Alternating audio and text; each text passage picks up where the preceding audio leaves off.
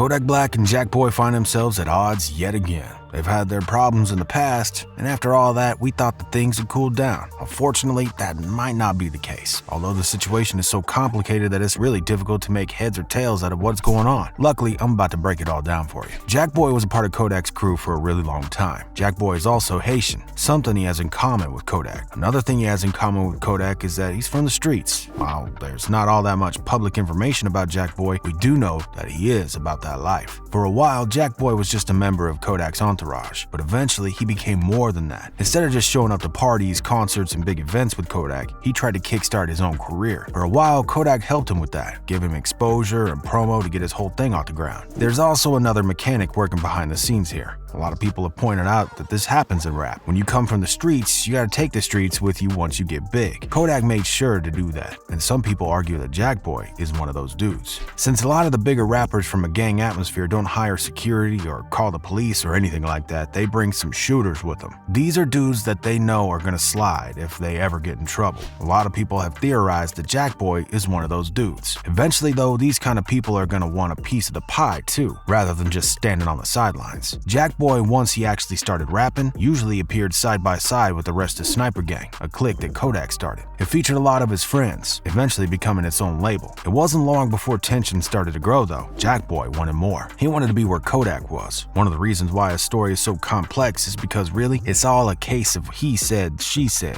JackBoy frequently claims Kodak is lying about certain issues. Kodak claims JackBoy is lying. It's a whole mess. The whole thing really kicked off back in June of 2021, with pretty much no context at all. Kodak made a post on Instagram that said, "Made an M off of Lil Jack. Took long enough, but that business must be stood on." He closed all his statements off by finally making another post that said, "These people ungrateful." At the end of the day, it's anyone's guess as to what actually happened here, but it's likely that Kodak and JackBoy had a falling out. It was probably over pay or something like that, since JackBoy was on Sniper Gang at the time. Kodak was probably talking about label money he made off of JackBoy's work. JackBoy probably asked for a bigger bag than what he was getting, and Kodak most likely shot him down. Now, a little bit later, JackBoy hit back by making his own post. In the post, he quoted some bars from a Kevin Gates song saying, "Put the folks in my business, gotta set court appointments, gotta suit up with lawyers, damn, this is how we rockin'. They copyrighted my name and wanted $1 million. The label laughed in my face, I had to pay out of my pocket." This seems like further evidence for the whole royalties pay theory. It's really complicated to actually parse on what's going on here, on account of all the dishonesty. This isn't the first time JackBoy and Kodak have ended up on opposite sides of a problem either. You may remember when Kodak and Youngboy were wrapped up in a beef. Kodak says that JackBoy had his phone and access to his social media while he was in prison, and that JackBoy was making posts for him at that point. JackBoy swore up and down that Kodak was using him as a fall guy for the bad decisions Kodak had made. We still don't know the truth in that situation, and this one isn't really any different. The exchange that went on between them during this whole Youngboy saga is as follows. Kodak said, "JackBoy was posting on my shit while I was in prison. He had my Instagram. Yeah, he told me he was gonna post it, so I said, alright, go ahead." He posted that link. Then JackBoy hit back, "Donald Trump, send me back my, I don't know who the y'all sent out here. Dude capping. Dude saying all type of shit. Dude talking about I had his password and I started a beef. What type of lame is that? Why would I start beefing with another camp for no? What type of lame is that? You come on here every day speaking? Go pay somebody to come at me, cause we know you not gonna come at me. You not on that. Go pay somebody to do it. You not coming. Stop playing with me, bruh. That's the difference between you and me. I really hit people. I don't be on this shit, but this the shit you on, so I'ma fire back regardless." Then Kodak responded, "Our mutual homeboy been told me this what you wanted to do. So now it's like, when I go saying something back, why don't you try to act like I'm on some Instagram shit?" Shortly after all this, it seemed like the beef was cooling down. See, one of JackBoy and Kodak's close mutual friends passed away in September, and it seemed like they were ready to put the feud behind him. Kodak started the makeup by tweeting, "Up feeling when you can't even explain how you feel, and even when you do or try to, you get judged by your feelings. Then funerals turn to photo shoots, you can't even grieve in peace. Let's use this as a wake-up call to JackBoy. Shit get real crazy real quick out here, unexpectedly, and this distance love, come give me a hug. It seemed like things were on an upswing for a while, like maybe they actually stood a chance to get through all of this with their friendship intact. And then the final nail in the coffin here for the beef was when JackBoy accused Kodak of pulling in lawyers and suing him, even though when we look at the court paperwork, JackBoy is listed as the plaintiff. This happened literally just a couple of months after they lost their friend. Kodak said the following: "I want to do an EP with my little bra and get some more money out of these folks.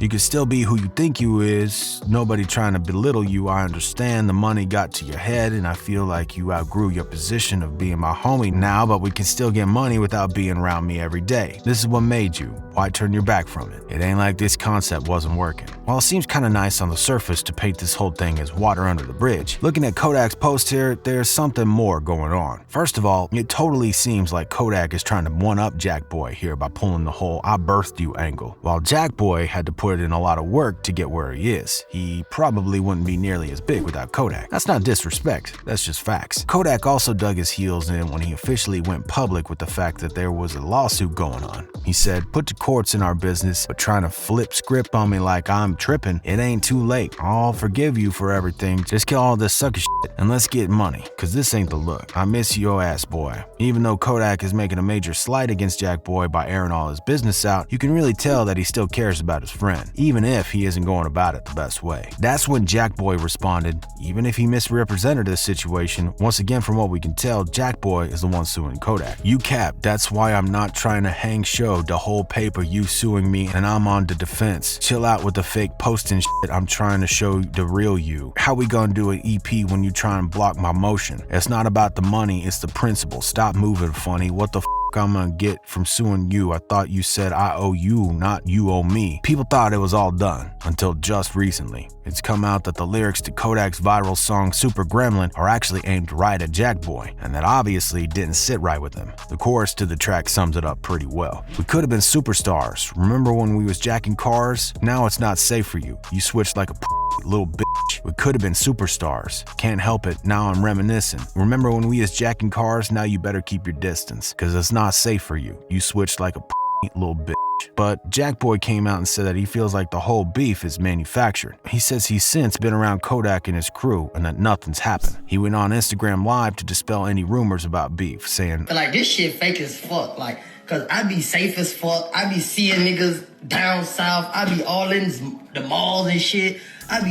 Man, this shit fake as fuck. Nobody be having no type of..." In addition, JackBoy called out Kodak for only having yes men who would slide for him close by and are crash dummies ready to take Kodak's fall. Why he can't make another meet everybody on his lineup ass. They not there for music. They not there for music.